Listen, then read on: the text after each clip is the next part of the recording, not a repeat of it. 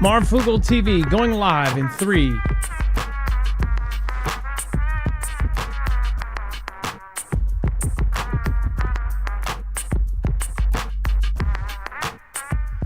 All right, what is going on, guys? It is Adam A.K. Marf, and this is Marfoogle TV. So now the president has yet again done kind of a turn on the spot, and he's telling Zelensky to accept Putin's terms or be destroyed by Russia. This is a couple weeks after saying, essentially, I think he could take back all of the land that he's been taken. And then, of course, it changed to, well, maybe you guys should stop right where you're at, and everybody should take the land that they've already seized. Now they're stating that he's basically saying you're going to be destroyed by Russia if you don't stop now. He said that they should accept Russia's terms for ending its war in a volatile White House meeting on Friday, warning that Vladimir Putin had said that he would destroy Ukraine if it did not agree. The meeting between the U.S. and Ukrainian presidents descended many times into a shouting match, with the president cursing all the time. This is their quotes, not mine. People familiar with the matter said. They added that the U.S. president tossed aside maps of the front line in Ukraine, insisted Zelensky surrender the entire Donbas region to Putin. So Donbas is an extremely important region to both. So this is something I just don't see Zelensky doing, or whoever pulls his strings. And repeatedly echoed talking points the Russian leader had made during the call earlier. Now, you have to remember the way that they're going to frame this talk is they're going to say, Putin, Trump is echoing Putin's talking points, and he's going to say these kind of things. So you don't know what exactly is truth here. Though Ukraine ultimately managed to swing President Trump back to endorsing a freeze of the current front lines, the acrimonious meeting appeared to reflect the capricious. I hate these people that probably graduated from Harvard that have to use all these words to just communicate a simple thing. Nature of Trump's position on the war, of his willingness to endorse Putin's maximalist demands. It's like he's going to ChatGPT and saying, what other big words can I say this with? Zelensky and his team went to the White House hoping to persuade Trump to supply with long-range Tomahawk cruise missiles, which, again, just a couple weeks ago, they were saying that they were, oh, yeah, totally. It was like this weird week and a half of, but we're talking about it. Yeah, we're thinking about it. We're doing it. And then they're saying that, now just completely the opposite. So what the hell is going on here? We're going to talk about this and much, much more. Talk about China taking your DNA to make super soldiers. Now, this is something that's so sci-fi, people are not even going to be afraid of. It's very, very odd. Again, very, very crazy stuff. Rochelle Cooley, thank you for again, for sending out 5 badges. We'll be right back right after this.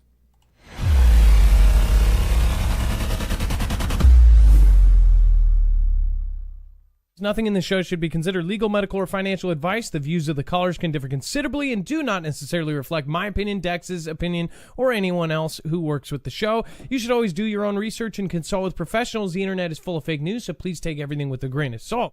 If you have not already, it helps us out if you end up going through any of our affiliates, and it helps you out if you end up protecting yourself against cybercrime. NordVPN is one of the best and one of the easiest to use. If you do not have a virtual private network, it protects your IP address, which is your online identity, which actually connects to your real address and everything else. It also connects to you. If you know anything about how they are data logging and basically getting your profiles down, you can prevent that by having a VPN. Nord is, again, one of the easiest. Download it. It's like an on switch and off switch. All you have to do. Go to marfugglenews.com/VPN. Not only will you get a giant discount on this, but you will also be helping us. I appreciate your support, and I appreciate everyone that goes through any of our affiliates. Can't say thank you enough.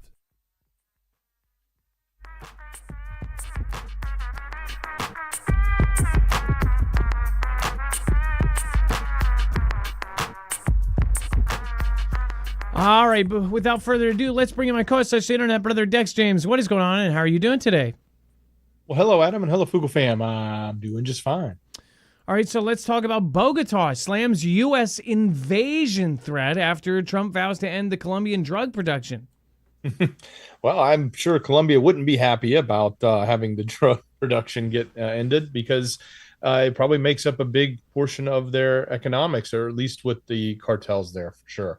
But Colombia's Interior Ministry on Monday voiced anger at U.S. President Donald Trump for threatening a potential invasion of his country, the world's biggest cocaine producer, to combat drug production. Trump had angrily lashed out on Sunday at his Colombian counterpart, Gustavo Petro, saying on social media that he better close up the cultivation sites or the United States will close them up for him. And it won't be done nicely, he said. So what do you think about that? Not only is it Maduro he's going after under the guise of that, but he's also looking at Colombia next. Could that actually be a thing, or is he just throwing some words out? And obviously Bogota is not happy with it. Yeah, what do you guys think? I would love to hear the opinions of some of the active and retired military in our group. What do you guys think is going on here? As far as, most of us do not believe that this is all about the drug trade. And I believe that that's kind of taken over, the majority of what people are talking about in the zeitgeist as far as, what this is actually about. I almost think it could be preemptive as far as, everything that's going on with, of course, not only Venezuela, with Iran, with Russia, with China, with North and South Korea.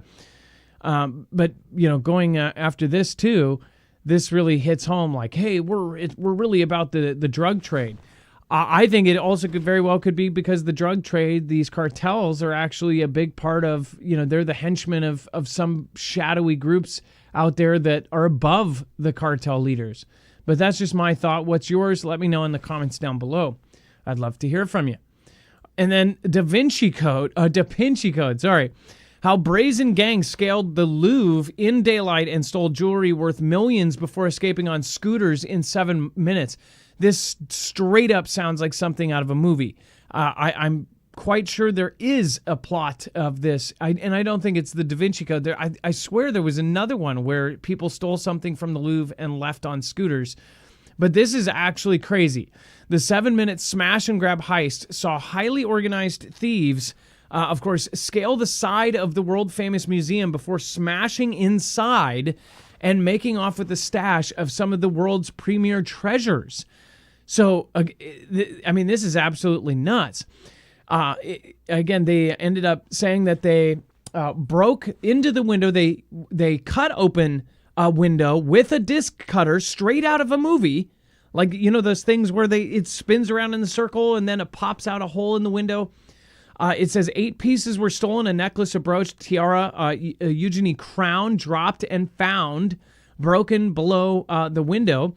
So they actually broke one of the oldest pieces there, and then the gang arrives on scooters, and they ended up parking them right outside, and they ended up fleeing on them, and they got away.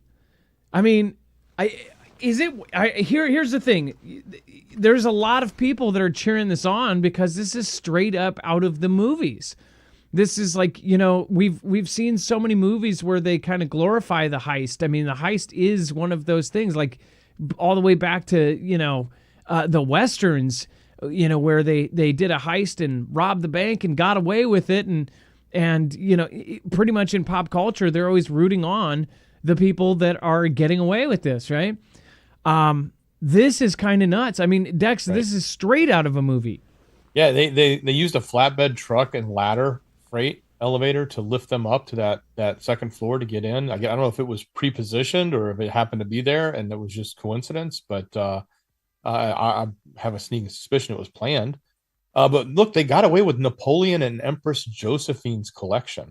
Talk about some rare pieces. Now, the real question is, what do they do with it? Obviously, it's not like they're just going to put it on eBay. This is only going to be good in a, I guess what you would call the black market or something. It was a paid gig. Yeah. Exactly. Somebody may have paid them to do it, and that was the whole deal. But yeah, not like they're not going to be trading this on the open market. Let's put it that way. Like, this could be for a display in Zuckerberg's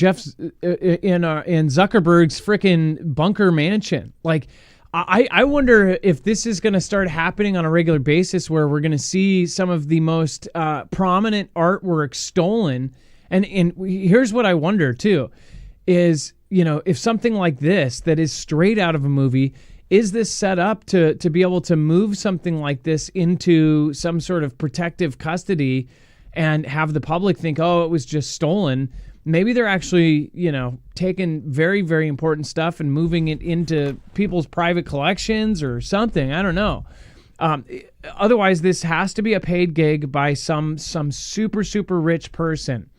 Could it be nation state actors doing it, paying for it, and to continue to show, lack of confidence and trust in Western civilization? I would be open to any thoughts you guys have, because this is new to me. I mean, we don't cover this very often. We talk about like preemptive or predictive programming in movies and stuff. But this has been predicted in a bunch of different movies. As far as the Louvre getting robbed, it doesn't happen that often in real life. And especially not like this. With the window disc cutter, they got in, got out. They had that pre-placed freaking lift. They had to probably get permits for that. Or they acted like they belonged. They put the freaking lift there. They probably put some cones out, had some official, construction, garble on, and said, oh yeah, we're just fixing out the outside. We're fixing the wall. We're doing some remodeling on the outside of the building. Nobody worries because it's the outside. But you cut open a window, pop in, pop out, and boom, you're gone. It looks like they probably had a specific time frame too. They knew the time response of the cops, because they wouldn't have dropped that crown unless they were in a hurry, or unless they heard somebody, they heard the cops coming, or they just knew they didn't have time to go back in and get it. Very, very crazy stuff. And they have some super advanced systems. That's not just in the movies. They have laser systems and heat sensors and all sorts of stuff around this kind of stuff. So very, very, very crazy, crazy story, to say the least. Again, thank you, Rochelle Cooley, for sending out badges to the rest of the Foogle fam. Thank you, Wild Strawberries, Randy Man, Carol McLean, Jen Boyles. Nice to see you. Stephen Freebay. I like to add some spice to it today. J-Pass, Bobby Sue, thank you. Liz W., Patricia Serdal, or Serdal. Thank you so much, Jen. I appreciate everybody that made it to today's show. Before we move on, make sure to go check out Energy if you haven't already. If this is our recommendation, this is our best recommendation for a solar generator that's not only tough, but it's front-loaded in the USA. It's not going to be turned off remotely by another country that may or may not have a monopoly on this stuff. This is made not only to withstand, any kind of, tiny drop. This thing's made to go on the back of a Humvee, reinforced with steel frames. This thing could probably withstand a drop from a freaking Humvee going 40 miles an hour. That's how this thing is built. Again, I wouldn't test that, but at the same time, this thing is made for it. Again, this won the SBR Phase 2 contract for the U.S. Army. And that is exactly why we believe that this is going to be a super tough generator for any kind of scenario, especially if things go sideways. Not only if it goes sideways, but if something happens, a storm or earthquake or a fire or some reason that you'll be cut off from the rest of society and you need power. Again, go to marfooglenews.com/energy, INERGY, and make sure to use the code Marfoogle. Remember, this is also set up for extreme weather. It's got built-in heaters in the batteries for extreme cold temperatures so that you can keep going. Again, any kind of solar generator will not do the same kind of quality or even time or power in the cold. You lose battery strength. That's exactly why they added those heaters. So very, very cool thing. It's made like how stuff used to be made, with quality and care.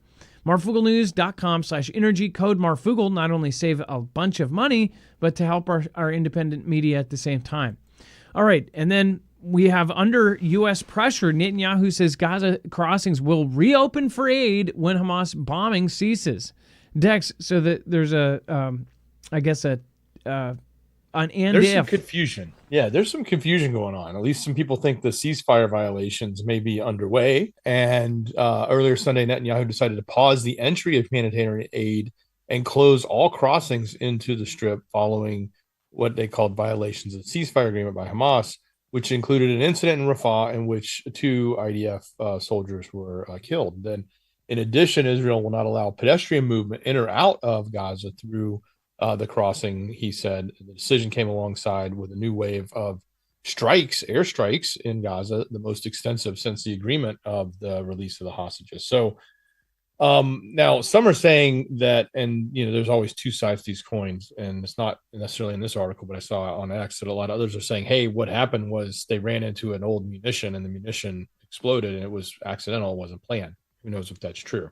But obviously they think there's a violation in the ceasefire, and they're responding as quickly as if there is one.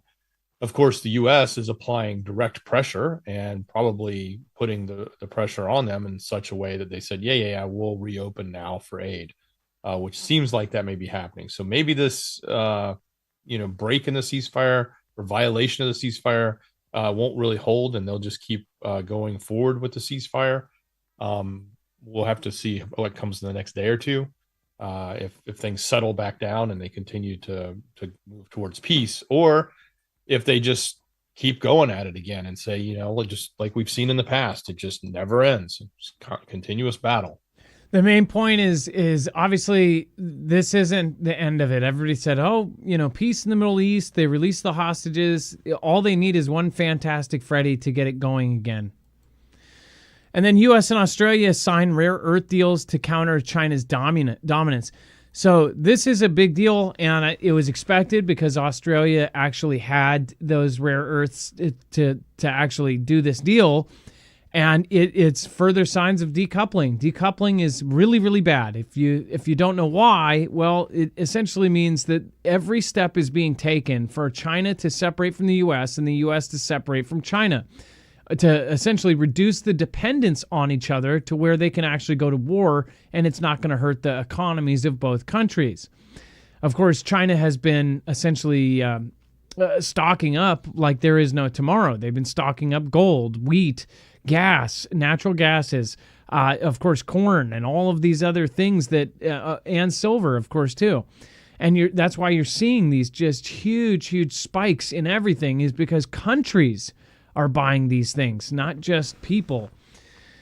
They, again, made a deal. U.S. and Australia have signed a deal intended to boost supplies of rare earths and other critical minerals as the Trump administration looks for ways to counter China's dominance of the market.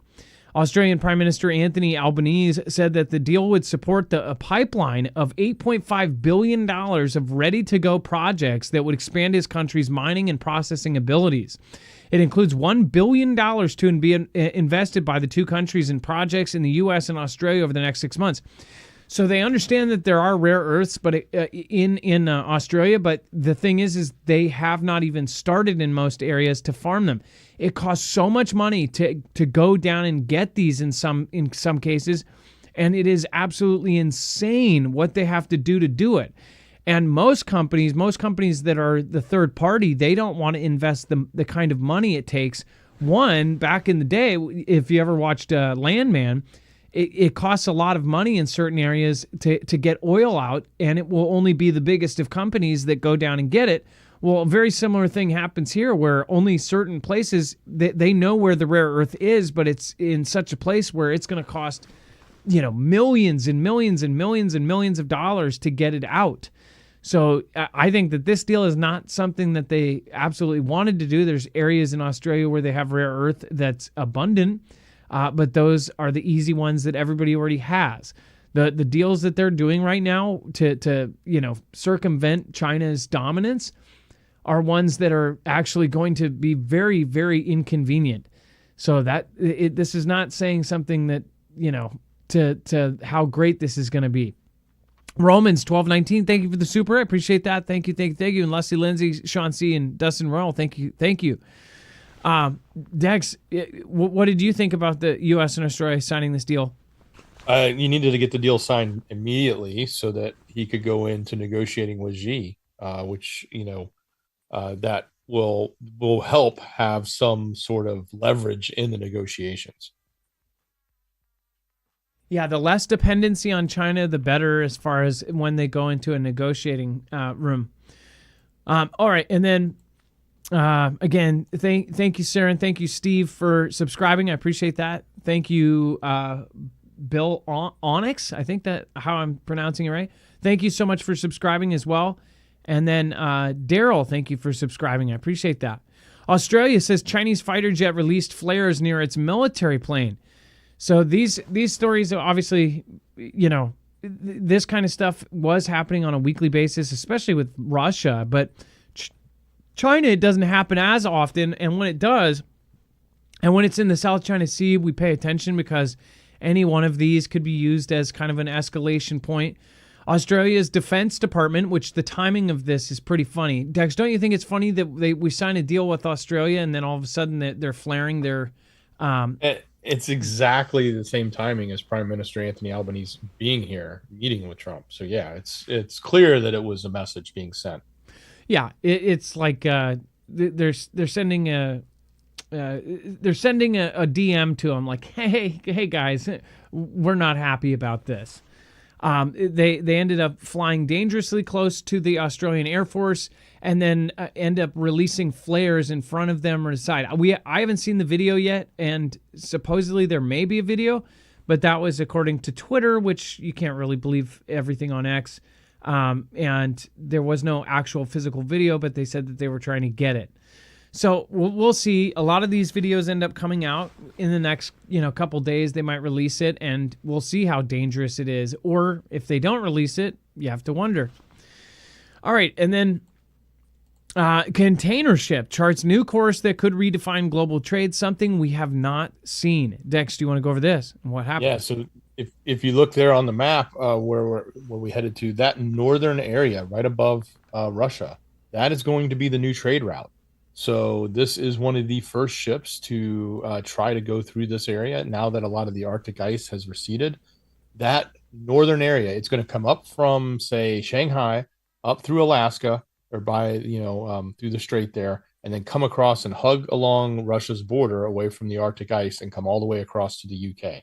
That cuts what would be a 13,000 kilometer or whatever to like 9,000. It's significantly, it's almost half. It may be 20 to 13 or something like that, but it's almost half the distance they'll shave off if they can pull this off. This is why Russia and China, one of the economic reasons why they have been so invested in the Arctic, not only from a military point of view, but they want to open these lanes as this ice has been receding from the changes and the movement in that it opens up this new shipping area. And of course, they want to be able to control and protect that shipping area. Just like China does in the South China Sea. And of course, Russia wants to participate as well. So this is one of the first ships going through. Of course, the ships have crossed through these areas before, but never in the way of saying, hey, let's take a massive cargo ship and run it through and open it up and say, okay, we're going to start doing trade this way and save a countless number of days and time on the shipping. So it is kind of a big deal. It is. It's scary territory. Can get very foggy. It can be full of ice. It's not necessarily the easiest areas to pass, but it's been easier in the last few years. And they call it the Polar Silk Road. And this is more, evidence that Xi Jinping and Russia are working so closely together. They're doing this obviously, with a very, very clear kind of intention to undercut not only the other routes, but to control a lot more of the shipping routes. They call this the world's first China-Europe Arctic Express container route, calling it a major breakthrough for China's Belt and Road Initiative in the region. If you don't know kind of the backstory on the Belt and Road and Xi Jinping and my opinion on that, obviously I think that he is taking notes right out of Genghis Khan's book, and he is following in his footsteps, and he's trying to conquer the world. But again, what do you guys think? Let me know in the comments down below. And just so you guys know, if you can go back to the map for a quick second, the alternative is you leave Shanghai, they literally go all the way down to the South China Sea and go around India, go all the way up through the Red Sea, right? And then go into the canal and then go all the way through the Mediterranean to go around Europe to get to Northern Europe, to get to UK or any of the Northern European countries. I mean, this is a huge shortcut. if they can open this up and make it a common pass where they feel like they're confident that ships aren't, sinking left and right and oil spills aren't happening. Yeah, I mean, it would, instead of all the way around, it would essentially be it's a shortcut. It's a straight up shortcut. It's a AABB, up up down down, press start select twice. And Adam, it explains quite a bit why you saw the UK sort of taking sides with China, at least the leadership in the UK, over the espionage thing. Like, they don't want to rock that China boat. They want the boat to come through safely because they want to do this trade, right? It's probably why, the EU, especially the northern half, has been so, favorable to trading with China. Yeah. And saying sorry and saying Xi, Xi, Xi, Xi, Xi, Xi, Xi, Xi, Xi, Xi, Xi, Xi, like John Cena. We should call him Xi Cena. All right. And then let's see here. By the way, make sure to go check out EMP Shield if you haven't already. This is our suggestion to protect yourself against EMP strikes from adversaries or domestic abroad. I mean, our president has even mentioned, of course, threats that are not in uniform, domestic threats not in uniform, and talked about threats of invasion inside of our own country. If you believe the official narrative of what's going on in the country and what's happening with military all over the place in all of the sanctuary states, and you go right ahead. Personally, I feel a whole lot better knowing that my vehicle is going to get from point A to point B and that my generator is going to start. Go to marfooglenews.com/EMP. Make sure to use code MARF. Cars, trucks, motorcycles, boats, generators, ham radios, Starlink systems, pretty much anything you want to keep running, including your home, they have one for. marfooglenews.com/EMP, code MARF. All right. And then how China is stealing American DNA to create communist super soldiers. Again, this is not my words. Check this out. Dex, go. What the hell is happening here? Yeah, this is nuts. So, somebody gets a genetic test for their child as recommended by their doctor. How could it hurt? They don't think it's a non-invasive thing. It's approved widely. Blah blah blah. The nifty test, the brand name of BGI Genomics, developed in China with support of the PLA, and the generic information obtained ostensibly to detect, say, something like Down syndrome or other chromosome abnormalities in unborn children, is also used by the Chinese military in areas including what is chillingly called improving population quality. It has not been approved in the U.S., but has been approved globally in other locations like Europe and Canada and Australia. And what they're doing, I guess, is taking the same information and bringing it to back to homeland so that they can use it and benefit from it. And I guess the idea is, can they, use this biogenomics to improve humans? And obviously, their intention is not necessarily to make better people that can work in factories, because they got robots to do that. They're looking at how can they make better soldiers and weaponize this information either against a population or with the people that they're developing. Question on this. Because the rest of the world, they have this test all over the place. It wasn't approved in the U.S. It makes me wonder, is this the same kind of information they can get from 23andMe or all of these different stories we've talked about with potential leaks and with potential hacks and stuff like that?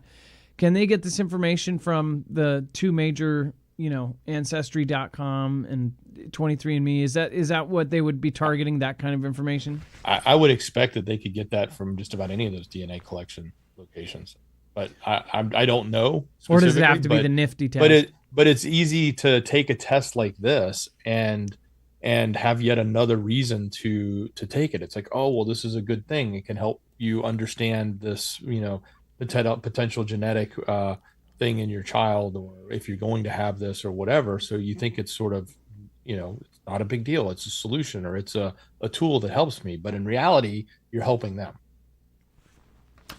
One of the parts, it says later, as chief technology officer, which again, this was I don't know if you It said that as the chief technology officer of the National Geospatial Intelligence Agency, NGA, I was responsible for introducing the use of AI to analyze satellite imagery and data from other sources like drones. We worked hand in hand with other top secret intelligence agencies and special operations units to help keep our country safe from enemies.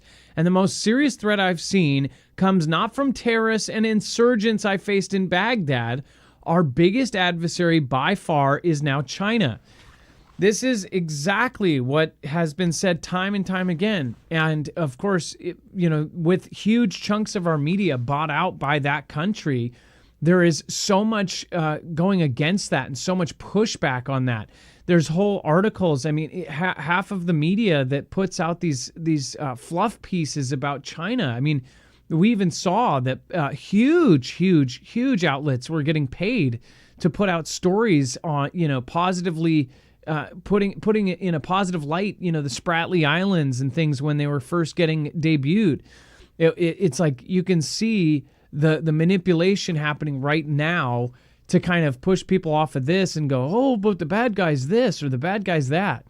The bad guy's everywhere now, because guess what? We're on the precipice of world war, and this is about to go down. So yeah, I don't think that a lot of the regular people, the people that don't follow everything like we all do, are really understanding this. And so Portland. So I told you guys that they're going to have National Guard in Seattle soon. I just know it.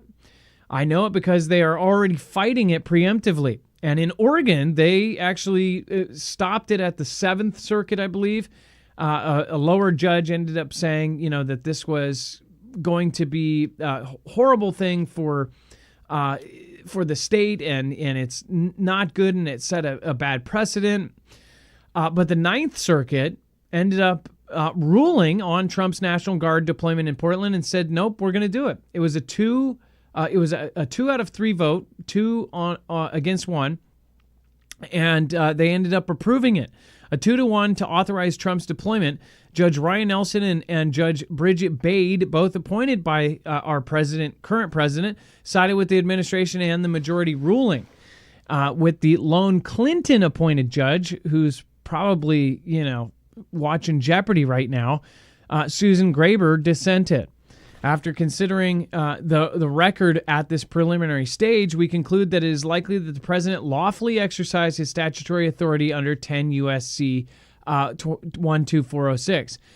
So my fear with this has always been, obviously, people are making the argument on the left that, hey, this is unconstitutional. We don't want big government in here. It's funny because this is the same group of people that all said, like, listen to big government, do exactly what they say, take what they tell you to, and all of us complaining about getting track, trace, monitored. They're like, yo, no, we need it.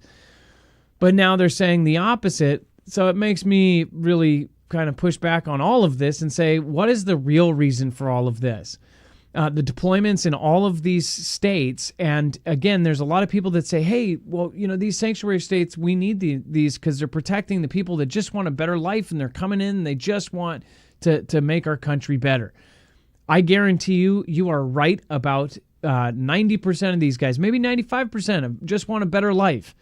But the problem we have is the 5%, which out of the millions and millions, that's a whole lot that are actually bad people. And we're not talking about the overhyped like MS-13. We're talking about literal foreign agents, threats that are not in uniform. And they're not telling you that. They're not trying to get you to panic.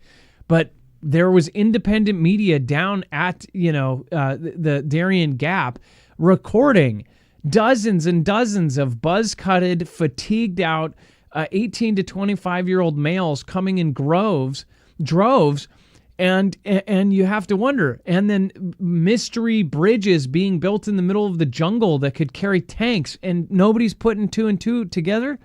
I'm sorry, it seems like they took this and used this to their advantage. And I believe there were chunks of our last administration that were bought and paid for. And I'm not saying that this one isn't, because guaranteed you that there's multiple, big groups with a lot of money But that group was specifically, I think, was bankrolled by the East, and that they were letting all these guys in. So when you see all of these places that would have housed these people directly from them when they went and they got caught at the border, or they didn't get caught, they would go to the places where, hey, you can't ask about where you're from, or ask about there's bans on any kind of enforcement on, hey, where are you from? Are you from this country? What's your immigration status? They can't ask that. So obviously that's the place to go if you are a foreign military soldier. Obviously you're going to go to these places. Now all of these places, almost all of the places where these main people went, they have National Guard deployed to. At the same time that we're developing a Golden Dome system to defend our country, they are locking down the border like we've never seen before, and they're all saying it because of they're trying to block all the bad drugs coming in. Now, most all of you have been affected by somebody or somebody extended family that has been affected by those things that they're talking about, because the death rate for, ODs and things like that surpassed some of the common ways to go. But at the same time, do you really think that they care about that as much as they care about other things? I'm sorry, I don't think they care as much about all of us as you are pleaded to think. There might be a much bigger threat that they are silently trying to handle without panic. But that's just my opinion. What's yours? Let me know in the comments down below.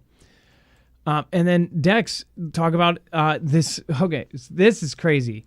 This post is, it's there's going to be 50-50 on this one, because people are going to go, this is super unprofessional. I had the thoughts in my head. I had dueling thoughts in my head. I said, this is funny, but this is also unprofessional and probably, not the image of what you would think a president would post.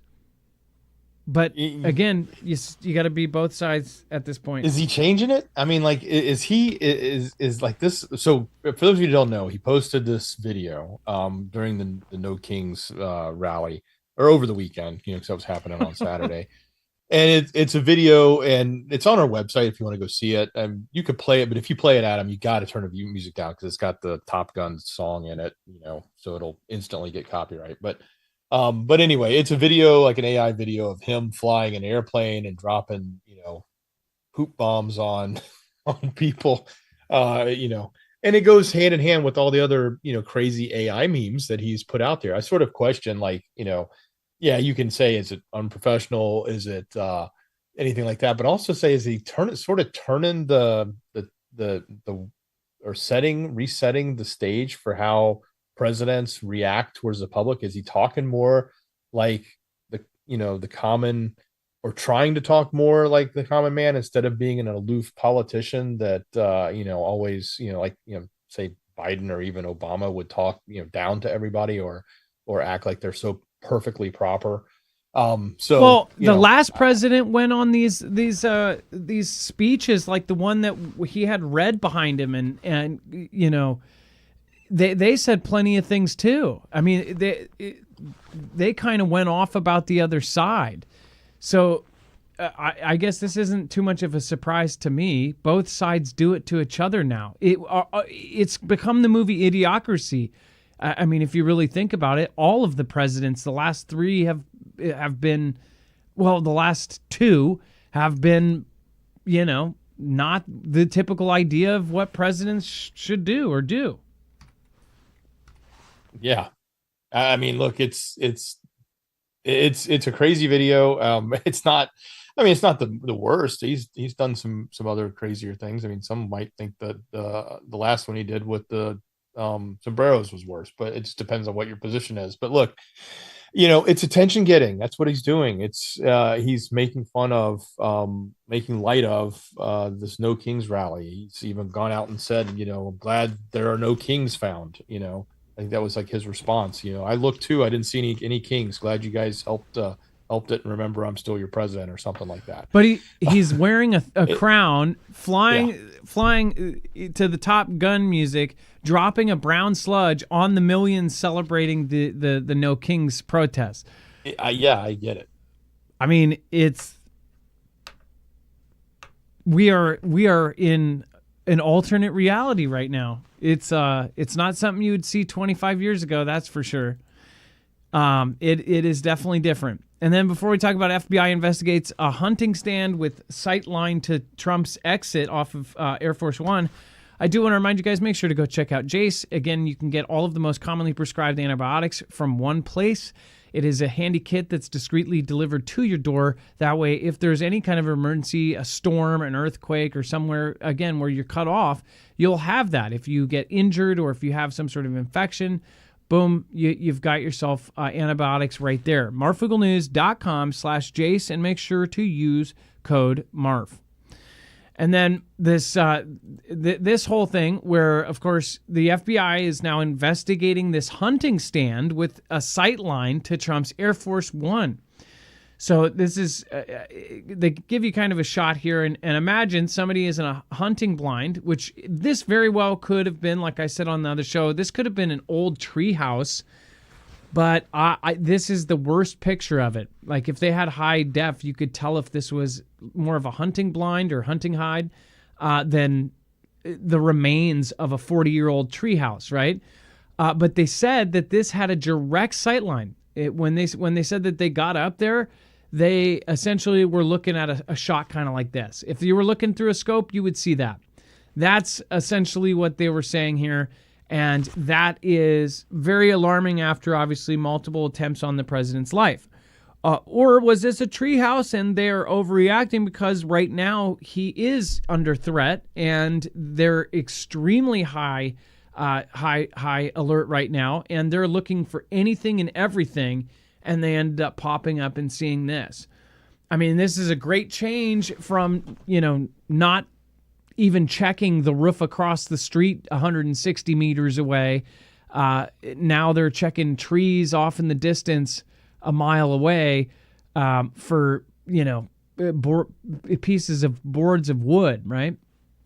So how did they catch this? Obviously, they were doing some preemptive stuff. They did not catch anybody. Nobody was in it at the time. And the other thing I said is that could even tell you that maybe there's somebody on the inside that told the guy not to go up there, because this would have been found before he landed, or I don't think it would have been, I don't think it says when it was found, but I would assume it was before he's landing. They know where he's about to land. They're checking out the place he's going to land, and they were doing what they're supposed to do every time, what they were supposed to do at that rally. And they checked sight lines, and they spotted this tree and said, hey, whoa, there's a hide up there. They're blind.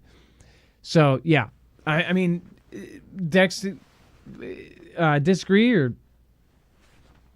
I mean, look, if it's got a straight line to that shot, the question is, like, what's it doing there? Like, it's not a hunting ground. Especially, I mean, if it was hunting grounds, they would understand it, right? Then they should question, okay, hey, maybe we should make sure the plane's turned a different direction, because, by the way, there's hunting land down the street from the airport, but there's not, right? There's not. It's illegal to discharge firearms in that area. So, there's no real reason for it to be there if it's technically set up as a tree stand where a hunter would lay down with a rifle, and if it's positioned in a way that it has a direct line of sight to that, that's highly suspect.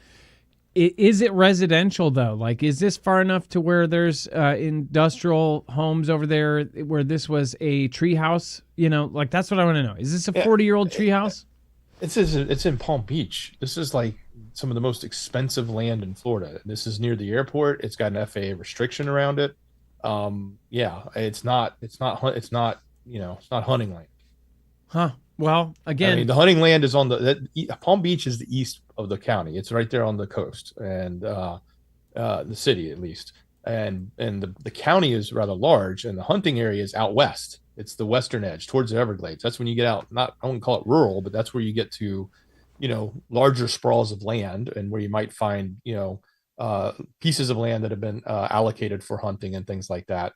Whether they're public lands or private lands, that's where you'll find it. It's on the western edge of the county as you get towards the center of the state. Well, we have this here. I just wonder where exactly it was. Was it over here by this park, by Lake Lytle Park? Was it in the park? Was it because there are a bunch of residential places over here that kind of line up with the different runways. So yeah, it makes you wonder where did this happen? Where was the landing? Either way, let me know if you're local there. Try to find this blind. It's out in public area. It's outside the actual air place. Anybody can walk up to this tree. Did they take it down? Is this somewhere where the president always has to land? How would they know where it was going to be? I would think that they would always taxi and stop the plane at a different place. So unless it had a view of like all of the runway, how would they have known? Unless, that's another question, unless it was some inside job. Thank you, Stealth Mode. Thank you for joining the fam. Well, actually, you hit 12 months. So thank you so much, Stealth Mode. Rochelle Cooley also hit 12 months recently. And then Romans 1219. Thank you, thank you, thank you. Thank your mods by going over to, of course, marfooglenews.com/friends. Awesome people over there from Bones. Of course, Jammer, Ilea, the wonderful Bobby Sue, Rip Curl Readiness.